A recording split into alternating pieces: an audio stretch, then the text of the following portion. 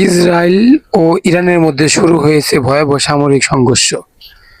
সাম্প্রদায়িক এক হামলা ইরানের গুরুত্বপূর্ণ স্থাপনা লক্ষ্য করে হামলা চালিয়েছে ইসরায়েল। পাল্টা জবাবে ইরানের ছুড়ছে ক্ষেপণাস্ত্র। যুদ্ধ এখন সীমান্ত ছাড়িয়ে যাচ্ছে মধ্যপ্রাচ্যে, স্থিরতার হুমকির মুখে ফেলে সাধারণ মানুষ আতঙ্কে হাজার হাজার পরিবার ঘর ছাড়ছে, নিরাপত্তা আশ্রয় খুঁজছে। জাতিসংঘ উদ্যোগ জানিয়েছে, এই সংঘাত যদি অব্যাহত থাকে তবে তা বিশ্বে অর্থনৈতিক নিরাপত্তার উপর মারাত্মক প্রভাব ফেলতে পারে। এই পরিস্থিতি আন্তর্জাতিক সমুদায় কি চুপ থাকবে, না কিছু একটা করবে? উত্তরবঙ্গে পুরা ভেঙে সব চুরমার করে দিচ্ছে।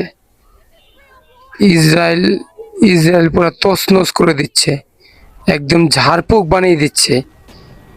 আসলে কি এটা কি খামিনি শক্তি, আয়াতুল্লাহ খামিনির? এটা মহান আল্লাহ তাআলা রব্বুল আলামিনের শক্তি। উনি এত কিছু করছে। যুদ্ধ বন্ধ হবে কি না, সামনে আসছে আরো ভয়াবহ পরিণতি।